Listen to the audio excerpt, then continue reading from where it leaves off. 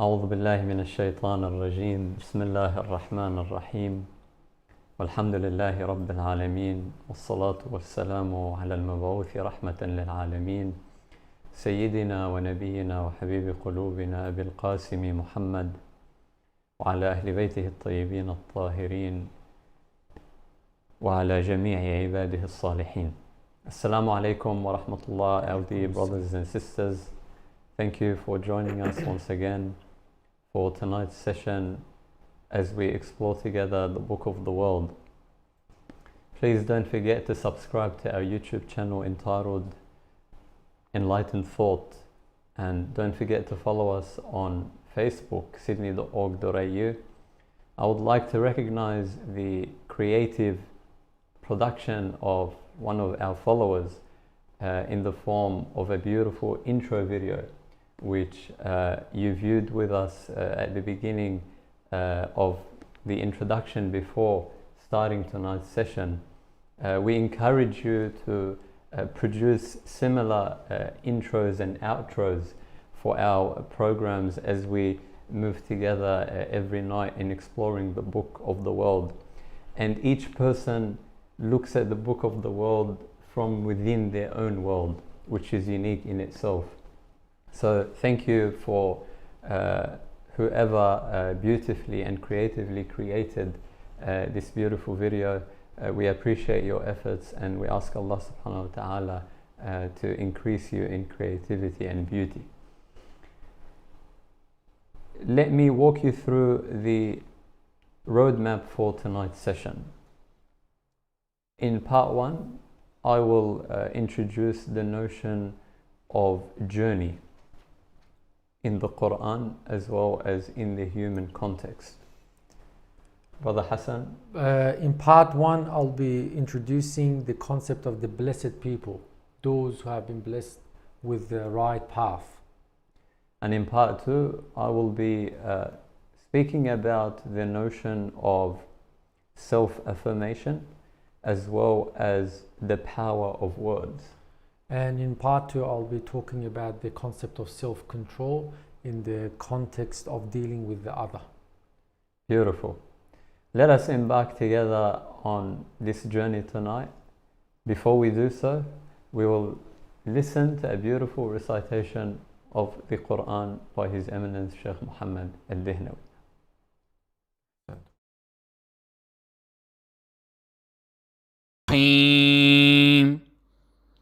ومن يهاجر في سبيل الله يجد في الأرض مراغما كثيرا وسعة ومن يخرج من بيته مهاجرا إلى الله ورسوله ثم يدركه الموت فقد وقع أجره على الله وكان الله غفورا رحيما.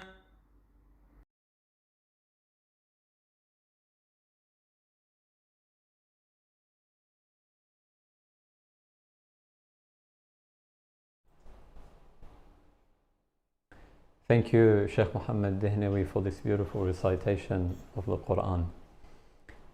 Allah subhanahu wa ta'ala says in His book, وَمَنْ يَخْرُجْ مِنْ بَيْتِهِ مُهَاجِرًا إِلَى اللَّهِ وَرَسُولِهِ ثُمَّ يُدْرِكُهُ الْمَوْتِ فَقَدْ وَقَعَ أَجْرُهُ عَلَى اللَّهِ. Whoever departs from their home on a journey in the way of God and His Messenger and faces death during that journey, his reward will be rewarded by God. Allah subhanahu wa ta'ala is teaching us a lesson in this ayah that those who seek the truth are in good hands, regardless of their positions, regardless of their philosophy, regardless of their school of thought. The sincerity and the accuracy is what matters. As Bertrand Russell the very fierce philosopher of the 20th century, was once asked towards his end of his life, in an interview, they said to him, what if one day you found out that God exists after death? What would you say to God? Bertrand Russell said to the interviewer, is your God just?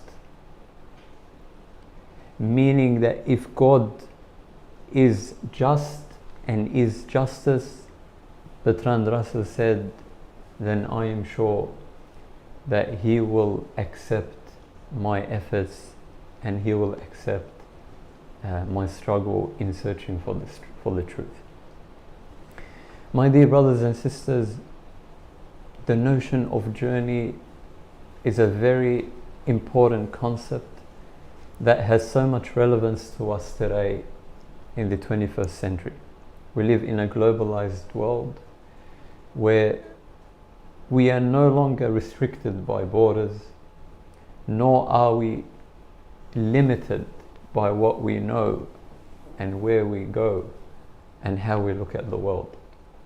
For the first time in history, everybody has a chance to travel freely and safely across the globe. But given the excessive amount of self-books out there that teach us where to travel and guide us how to enjoy our travel, there isn't much emphasis on why should we travel in the first place and how we should go. If we look into the human history, we find in every tradition and culture the notion of journey. In the Chinese civilization, you all heard of the well-known proverb that says, a journey of 1,000 miles begins with a single step. You all heard Saint Augustine or read Saint Augustine saying, the world is like a book, and he who does not travel and remains in the home has only read one page of that book. In the Quranic paradigm, we understand and know that all prophets migrated and traveled in one way or another. In the Islamic history, the single most important symbol for our conception of time is hijrah. The Hijri calendar is what defines our historical time and our collective memory. As you can see, there is this dynamism and active sense of movement, refusing to be settlers.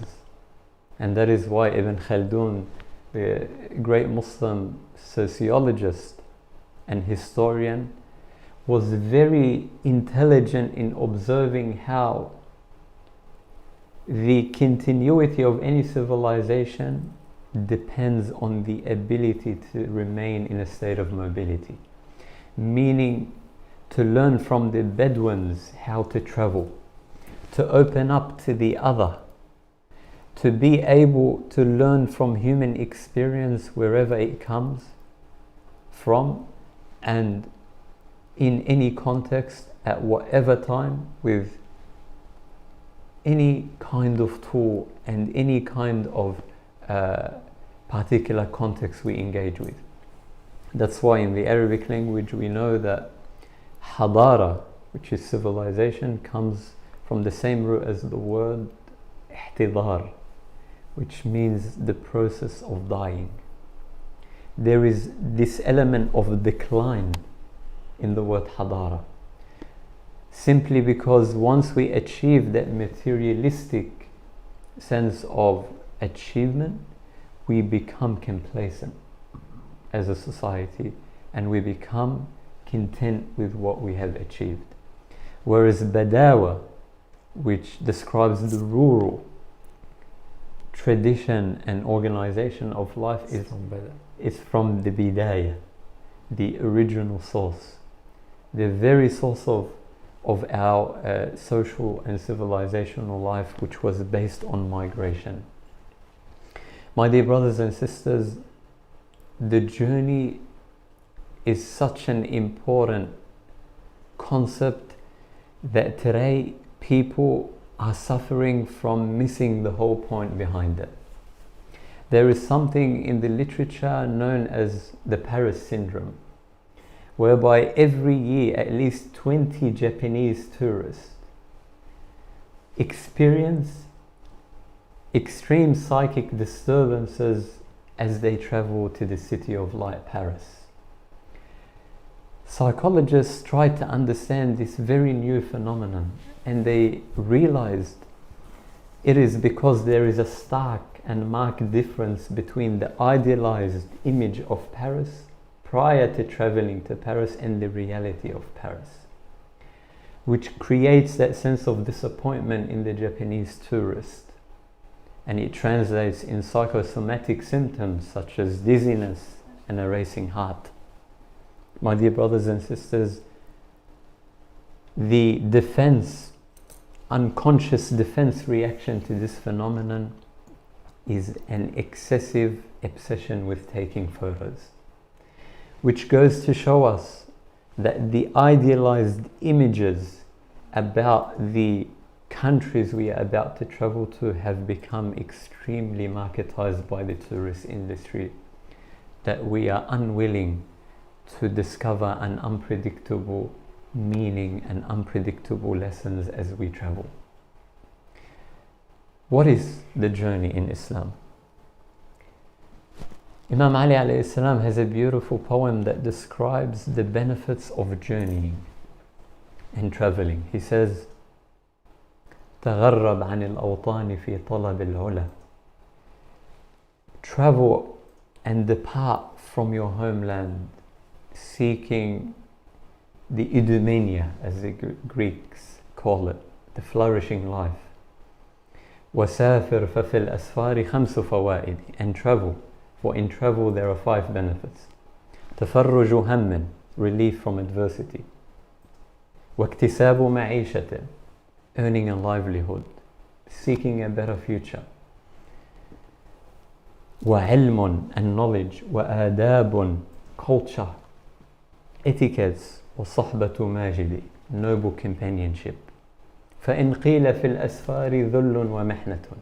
If people across history have said that traveling involves hardship and humiliation, وقطع الفيافي وارتكاب الشدائد, and traveling and journeying long distances in the deserts and through the mountains with suffering, فموت الفتى خير له من قيامه بدار هوان بين واش وحاسد.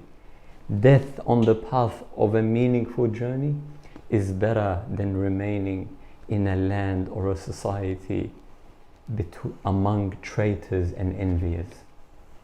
This beautiful definition of Imam Ali alayhi salam, my dear brothers and sisters, reminds us, and I'll quickly finish off with this, of 5 types of journeys in the Islamic civilization. Number 1, I'll just mention them to you and then we can finish. A journey whereby you search for knowledge. Number 2, a journey on which you discover yourself and you know yourself by going away from a overly habituated environment. As one of the scholars once said, "O readers of the Quran, travel to cleanse your souls, for any water that remains in one place becomes contaminated." The third type of journey, actually in the first type of journey we have 3 types. We have to know yourself, we have the contemplation on nature, and we have learning from other traditions. Then as we move on, the second type of journey in that holistic scheme is journey for worship or journey for role modelship. When you visit sacred places that represent the ideal role models, these sacred places provide you with the desire to emulate these role models. The third type of journey is the journey to flee something that hinders your spiritual growth and your moral development. The fourth type of journey is one of trade. And finally, the fifth type is sightseeing, nature therapy. إِنَّ اللَّهَ إِذَا أَحَبَّ عَبْدًا أَرَاهُ بِلَادَهُ. The person who Allah favors gives him the opportunity to open up and see the nature and the varieties of God's creation. I will pause here. It reminds me of two great personalities in history describing other forms of journey as well. One is Imam Sajjad alayhi salam, who described at least two types of journey in Dua Abu Hamza. One is where you escape from the attributes of God, where they are on the side of, let's say, retribution, to the attributes where it is mercy and compassion. And the other one is where you escape from yourself to God. So that's Imam Sajjad. And the other one is Mullah Sadra in his famous book Asfar al-Arba'a, the four types of trips, which there is no time, but inshallah our viewers can comment on the four types of journeys which was discussed and offered by Mullah Sadra. Absolutely, and let us know what is your definition of a meaningful journey, especially in our day and age where a journey is interpreted as a tourist trip as opposed to one of self-transformation. Without further ado, now we will move to Sheikh al-Dihnawi to recite for us the passages that relate to Brother Hassan Lami's first part. الرحمن الرحيم ومن يطع الله والرسول فأولئك مع الذين أنعم الله عليهم من النبيين والصديقين والشهداء والصالحين وحسن أولئك رفيقا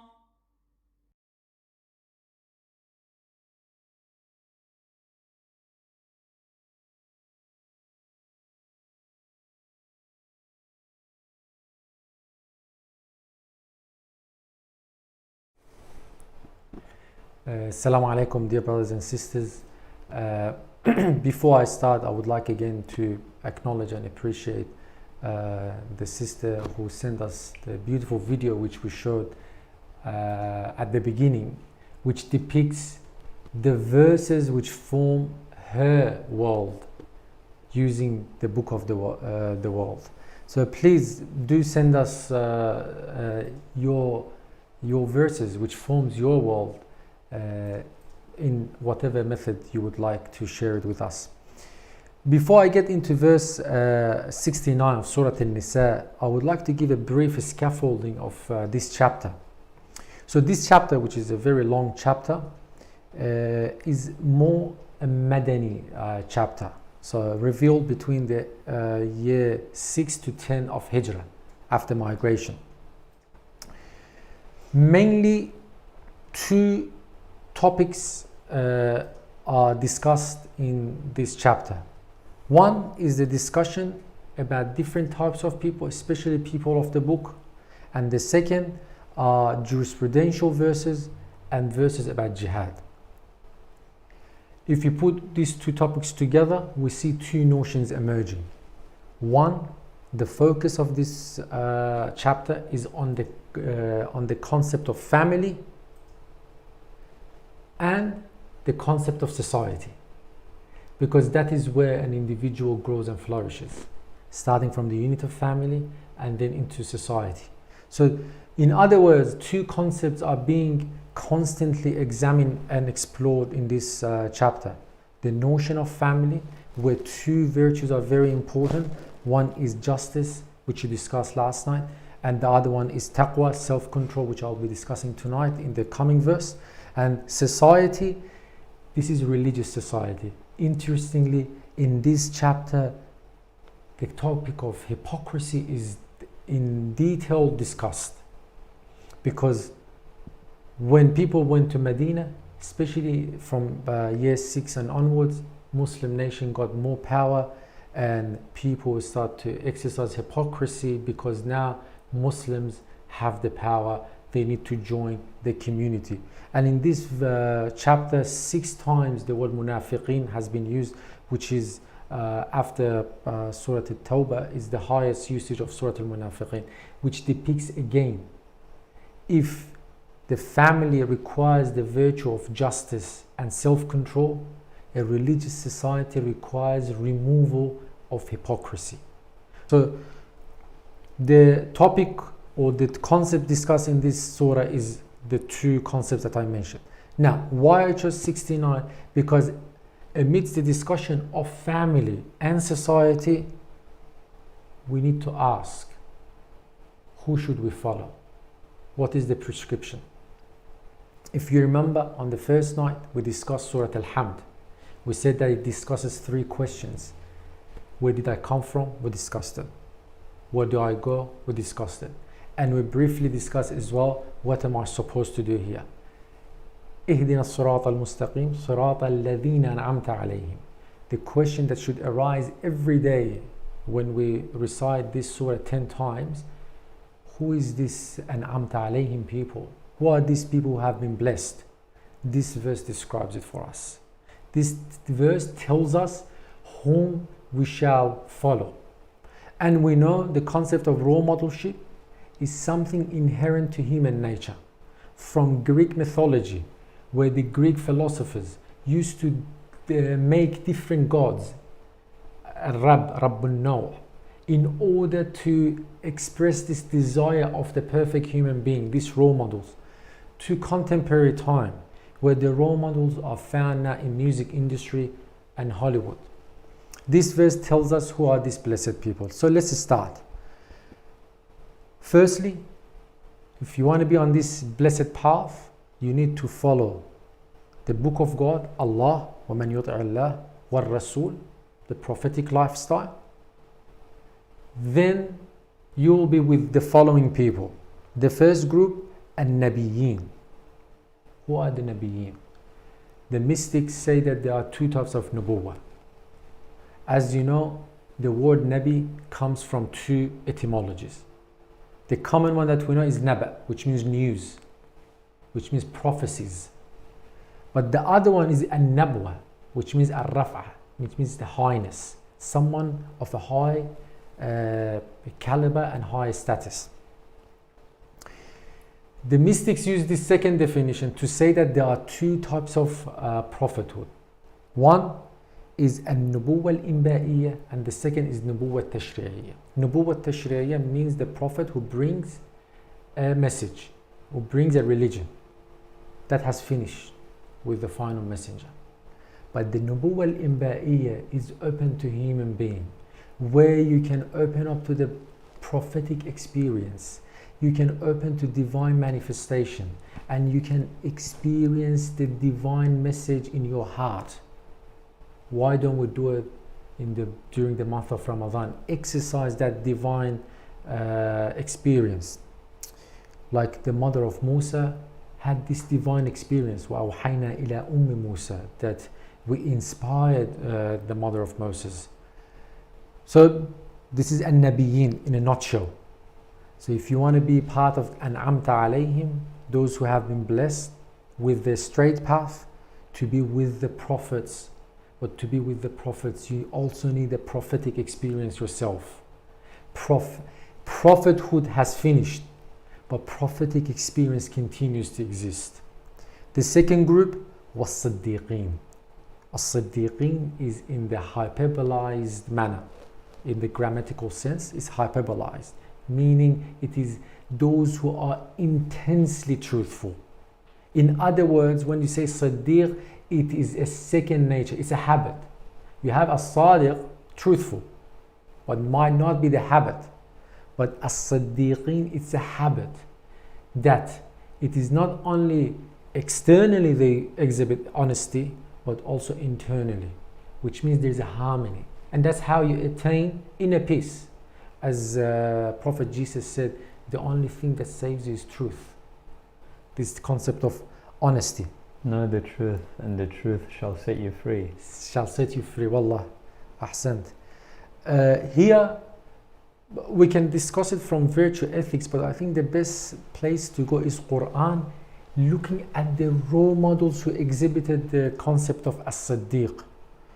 We have Idris, Ibrahim, Yusuf, and Maryam, and other like Hawariyun being exhibited and shown as the examples and role models of as-Siddiqeen, like Yusuf wa ayyuha as-Siddiq. You want to be a Siddiq, look at the life of Yusuf alayhi salam, how he lived. He was honest to his even desires. He was honest to his own wishes. He was honest to everyone. Even he accepted to go to the prison. He said that prison is better than living with the current situation. Or Maryam, as-Siddiqa, that she had this level of honesty and truth, both internally and externally. The third group was shuhada. Usually shuhada is translated martyrs, but shuhada are those who witness, meaning you become a role model for your community. You become a role model for the society. You become a role model for the world. But shuhada are those who become role models, because now you had many role models, an-nabiyyin, as-siddiqeen, the truthful, the prophets. Now you need to become a role model. A Muslim is someone who is a role model in actions. والشهداء والصالحين.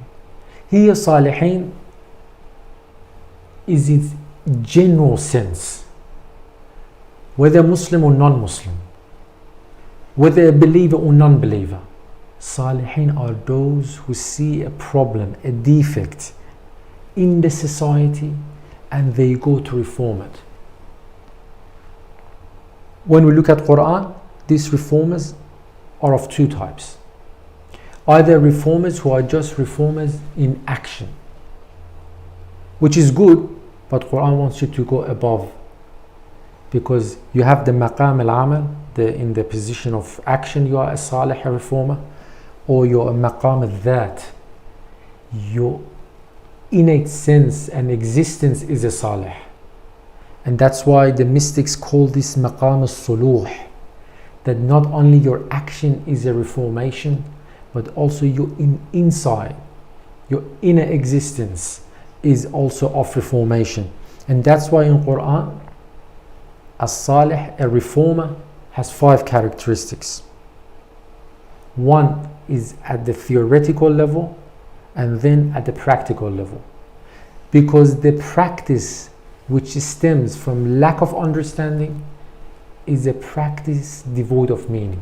Although it can be good, but devoid of meaning. So in Surah Al Imran 114, Salihin have 5 characteristics. One, they believe that there is a greater power, and they believe there is a hereafter. So you can see the question of where did I come from, where am I going to. Here is not about putting a tag what school of thought you believe. It's about having these existential questions clarified, which translates into action in the position of practice. يَأْمُرُونَ بِالْمَعْرُوفِ, as you explain, they enjoin, not just say it, enjoin goodness as known to community, forbid evil. And the last part is very interesting about reformers. A true reformer, if you want to be a reformer in the society, يُسَارِعُونَ فِي الْخَيْرَاتِ, they compete, they rush towards doing good. Al-khayr, we said, is a goodness which is chosen from ikhtiyar. Bir is a goodness which causes open-mindedness. Al-khayr is a goodness which is chosen. Like in the recent event of COVID-19, we saw some of the pure-hearted members of our community. They rushed to help the needy people. They gave from their money in order to supply food where it was needed. This is seeing a defect, وَيُسَارِعُونَ فِي الْخَيْرَاتِ, and rushing to help. They have this deep sense in their heart. This is a reformer. وَأُولَٰئِكَ الصَّالِحُونَ وَأُولَٰئِكَ مِنَ الصَّالِحِينَ. And indeed, those are from the people of reformation. And then the verse finishes, وَحَسُنَ أُولَٰئِكَ رَفِيقًا. Rafiq is a friend who has rifq. The elbow in Arabic called mirfaq. Why? Because you can lean on it. Rafiq is a friend where there is this sense of mudarat, care and compassion. So these people, as-siddiqeen, nabiyeen, shuhada, salihin, they have a companionship where it is of care and compassion. And with that, I leave it with you, Akh Muhammad, to add any points you would like. Do you think these role models mentioned in the ayah can be contrasted with the celebrity model in our contemporary consumer society? Look, you are expert on the concept of celebrity and you've had multiple writings and lectures.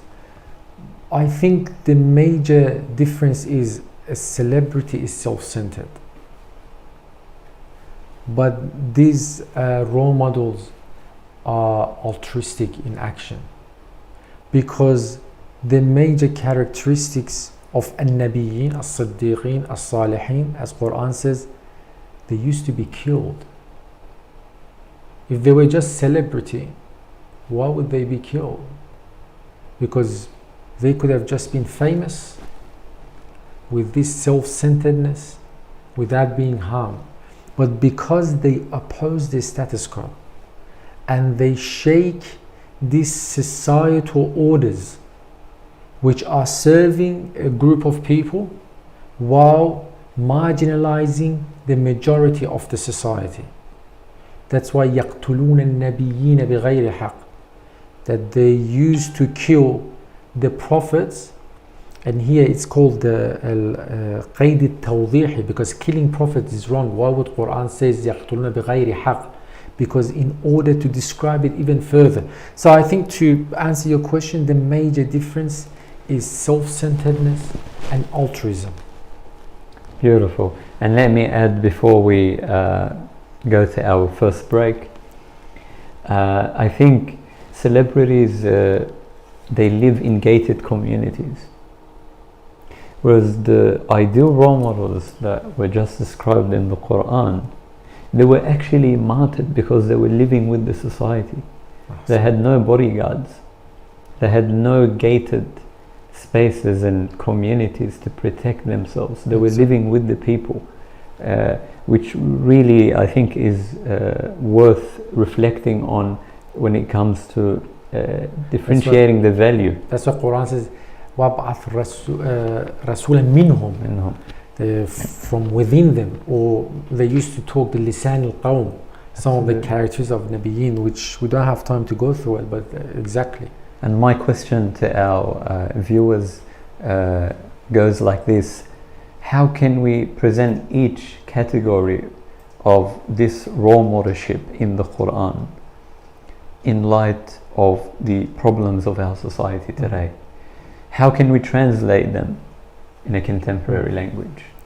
And my question would be, in the busy and rush lifestyle that we have, and now we are in the month of Ramadan, how can we bring back this prophetic experience to every individual, where we can open up our hearts before our minds in order to face the divine majesty? Absolutely. Thank you, Brother Hassan, for your insightful contributions. Let us go for a 5-minute break, and then we shall return to the final part of tonight's session. Wassalamu alaikum wa rahmatullah.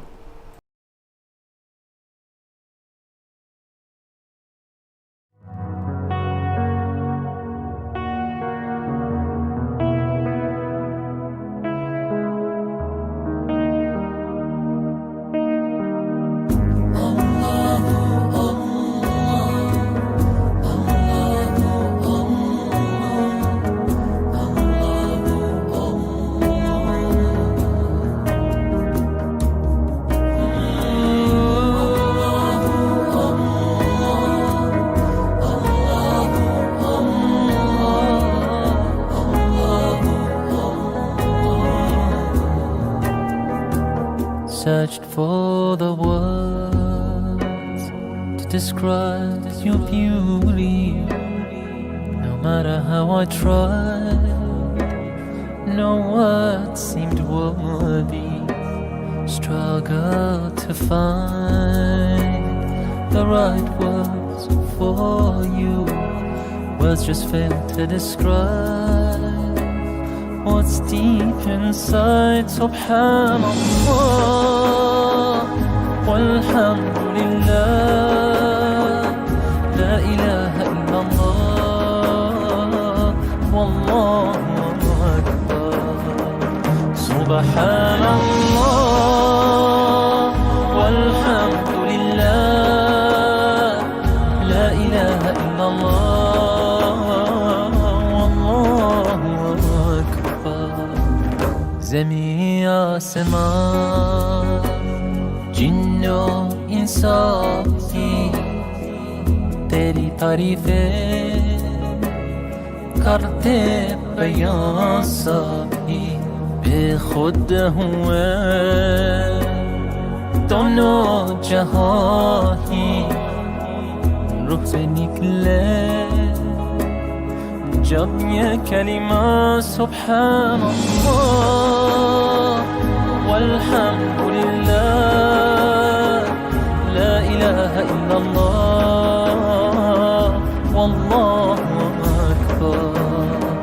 سبحان الله والحمد لله لا إله إلا الله والله أكبر. در هوای تو پر می گشایم به امیدی که روزی سوی تو آیم. در وصف تو جمله ها را گشتم کلمه ای نجستم جز این که گویم سبحان الله والحمدلله لا اله الا الله والله أكبر. سبحان الله والحمد لله لا إله إلا الله والله أكبر. کومن شری kata puji moga menjadi zikir hati, namun tiada kalam yang pasti yang sesuci kalam ini. Subhanallah walhamdulillah la ilaha illallah wallahu akbar. Subhanallah walhamdulillah la ilaha illallah wallahu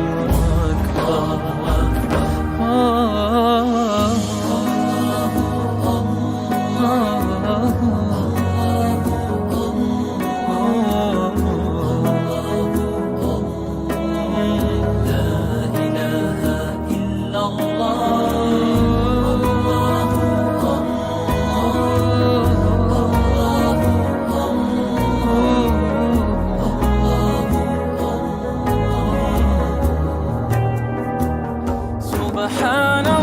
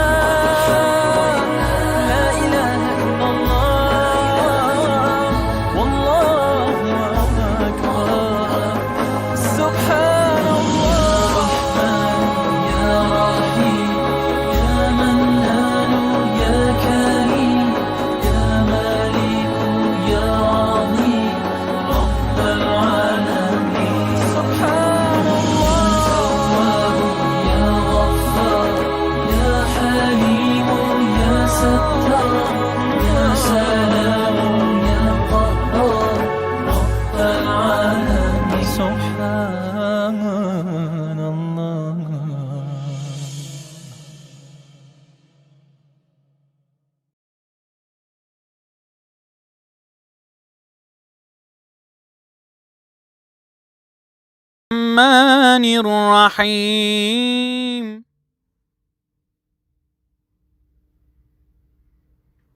لا يحب الله الجهر بالسوء من القول إلا من ظلم وكان الله سميعا عليما.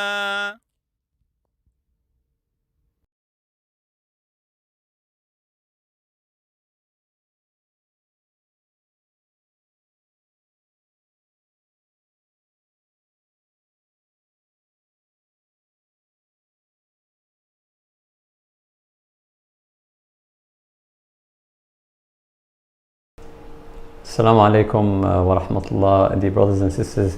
Thank you for joining us once again. As I promised you yesterday, I didn't get the opportunity to finish off with the story about justice. Al-Ghazali, Imam Abu Hamid al-Ghazali, towards the end of his life in one of his books to one of the rulers of his time, he mentions an interesting story in that book, short book, which is really interesting. He says there was a traveler, and we are speaking about journeying and learning and so on and so forth. There was a Muslim spiritual master who traveled to China, and he discovered the beauty of justice in the conduct of a Chinese king. He said, one day I noticed that this king lost his hearing capacity, hearing faculty. He was unable to hear and listen anymore to the oppressed ones in his country. So the master says, I heard him lamenting. He said, paraphrasing obviously, Wallah, لا أبكي على زوال سمعي وإنما أبكي على مظلوم يقف ببابي ويستغيث ولا أسمعه. But I lament and I cry for an oppressed one in my country who stands on the door of my palace crying and lamenting and asking for justice, whilst me not being able to hear him. The spiritual master says the king took a very wise course of action. Look at the beauty of justice as a practice. He committed not to giving up. He decided to announce a new public law that says whoever is oppressed should wear a red costume, and every day he would jump on an elephant and walk around the city to see who is among the oppressed ones. Now you may say, well, people today can do this and trick the government. Correct. But as we mentioned yesterday, these are thick cultures, not thin cultures. So respect for hierarchy is something that functions naturally within that society. Awesome. So again, this is an example that I wanted to share with you about justice, not only within the Islamic historical experience but elsewhere.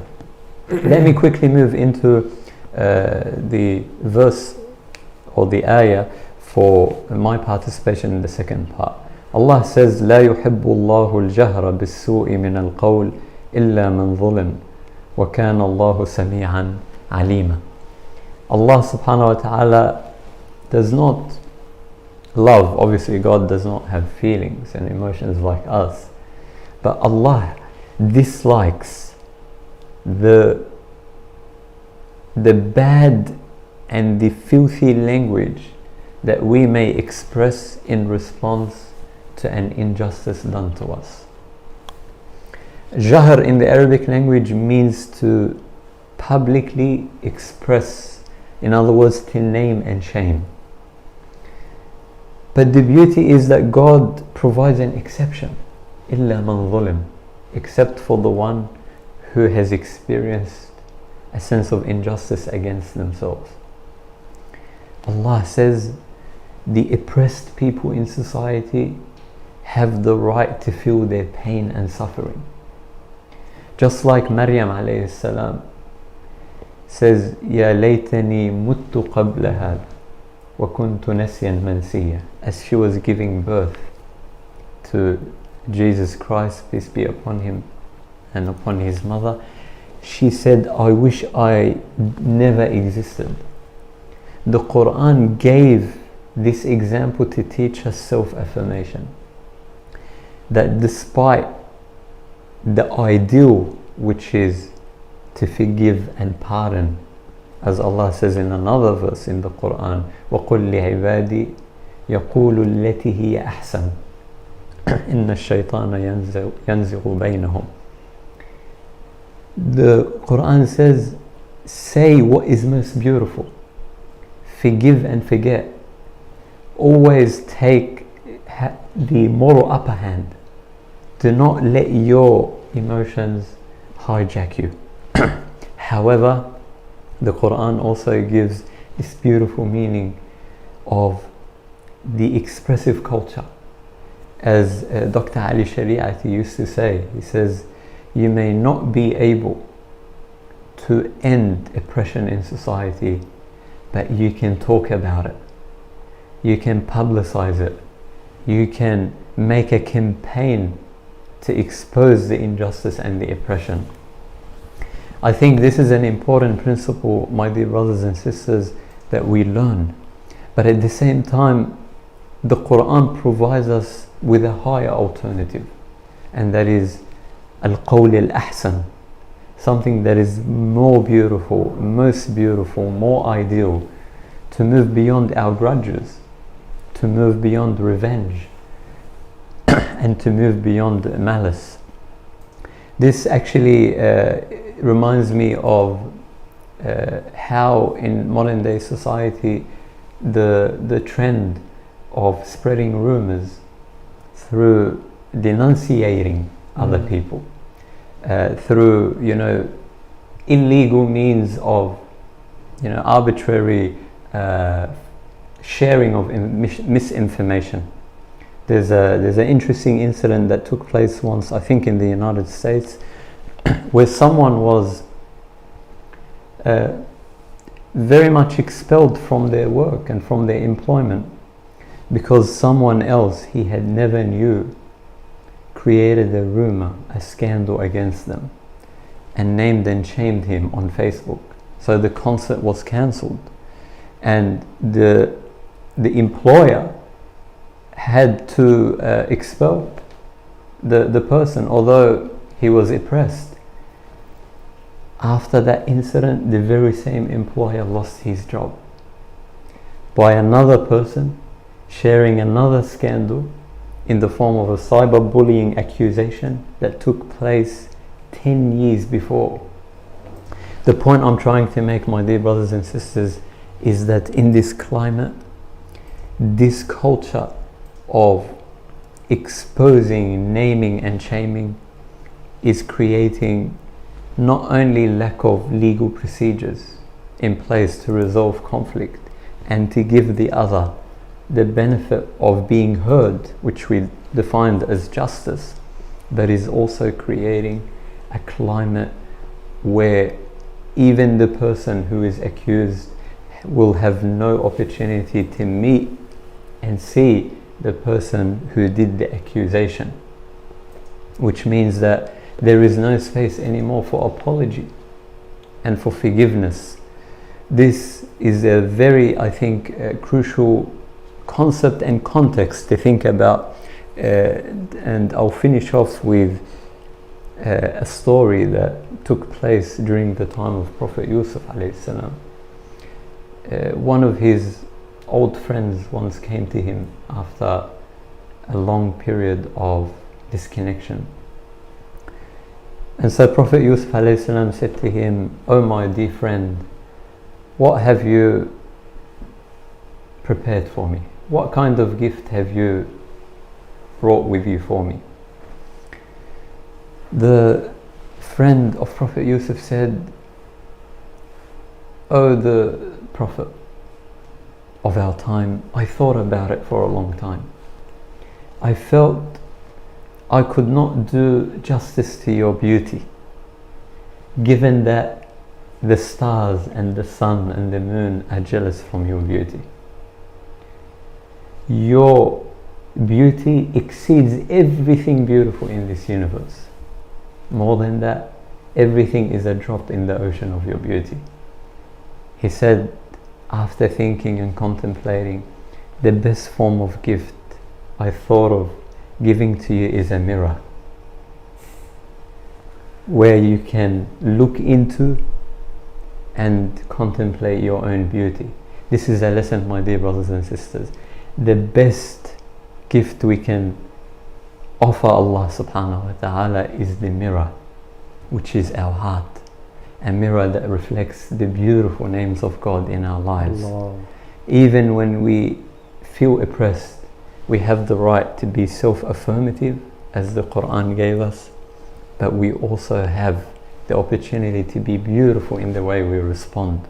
Isn't this an example of وَقُلْ لِعِبَادِي يَقُولُ الَّتِي هِيَ أَحْسَنُ?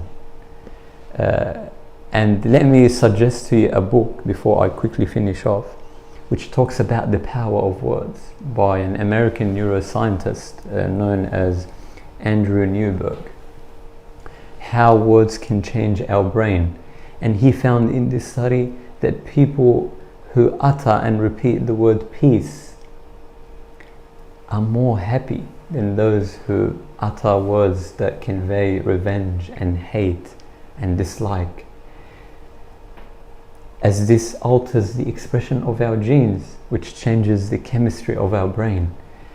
As we say when we pray, Assalamu alaikum wa rahmatullahi wa barakatuh, Assalamu alayna wa ala ibadillahi as-salihin. You say, peace be upon the angel on my right who records my good deeds, but you also say, peace be upon the angel on my left who records my bad deeds. In other words, peace be upon my lovers and peace be upon my enemies. Isn't this the beauty of being that traveler who extends far and beyond the borders of their prejudices and the borders of their biases? I'll leave you with this note, and we can now move to Shaykh al-Dehnawi for the final recitation of the Quran before we finish off with Brother Hassan Lami. Hassan.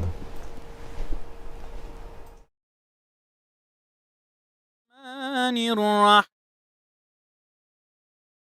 يا أيها الذين آمنوا كونوا قوامين لله شهداء بالقسط ولا يجرمنكم شنآن قوم على ألا تعدلوا اعدلوا هو أقرب للتقوى واتقوا الله إن الله خبير بما تعملون.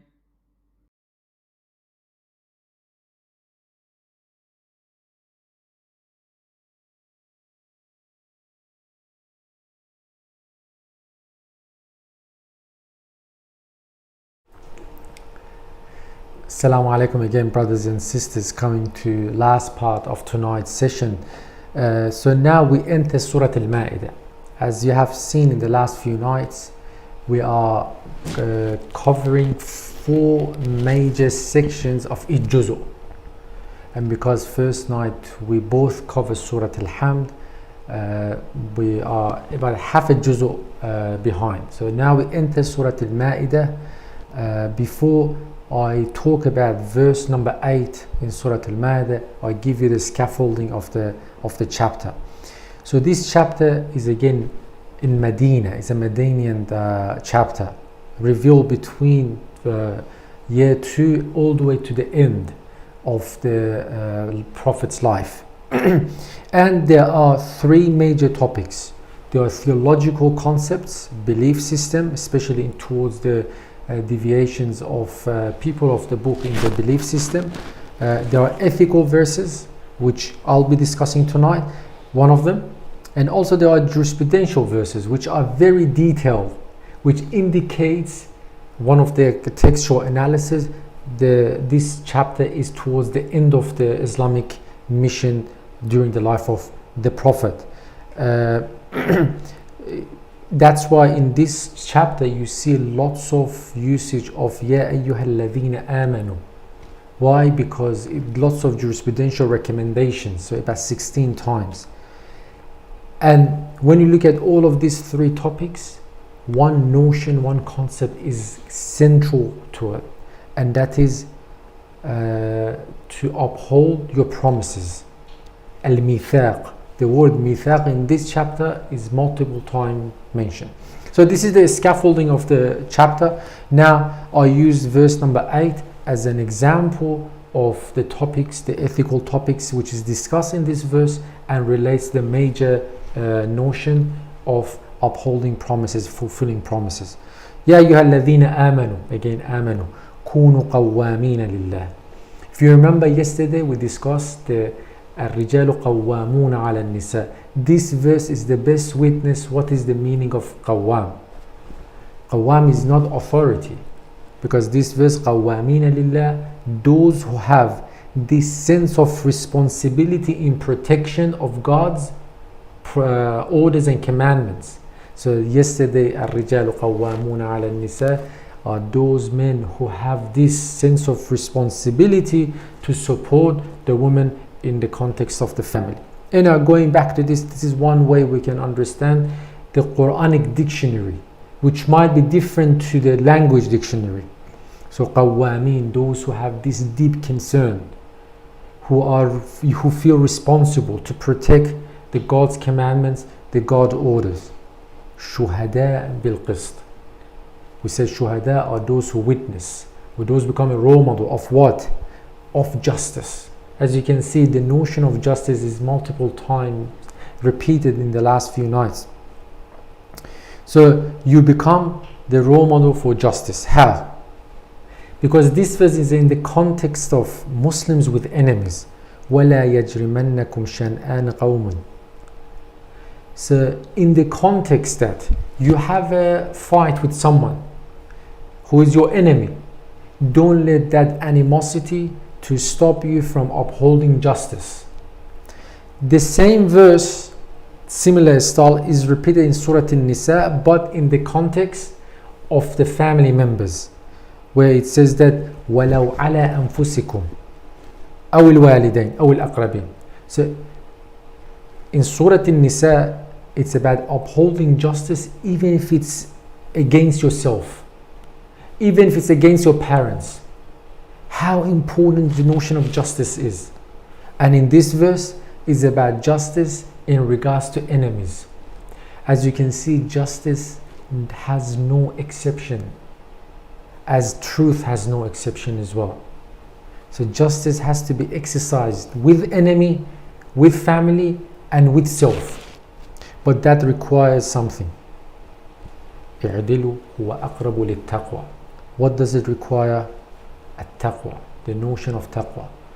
Now, taqwa I translated as self-control, the internal compass which allows you to control. I'm going to give a definition now, but control what? Regulate one's emotions, thoughts, and behavior in the face of temptations and impulses. Temptations are short-term gratification and goals. Taqwa is saying, let's delay it for the long-term goals. That is the notion of taqwa. In the Quranic and Islamic sense, it is a self-control which is through God consciousness to attain God's proximity.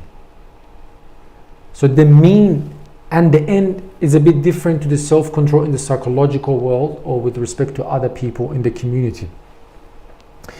Now, if you exert and exercise self-control, this is called willpower. So let's go back again here.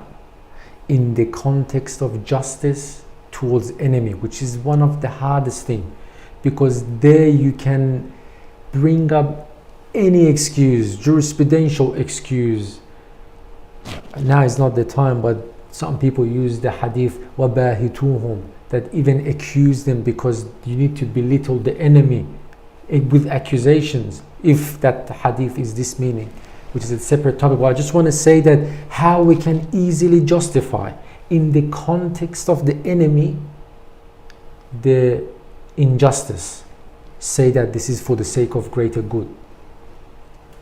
But Quran says taqwa, and in Quranic sense the end result for everything, the closest people to God are those who exercise most taqwa, which is the self-control, the regulation of emotions, thought and behavior.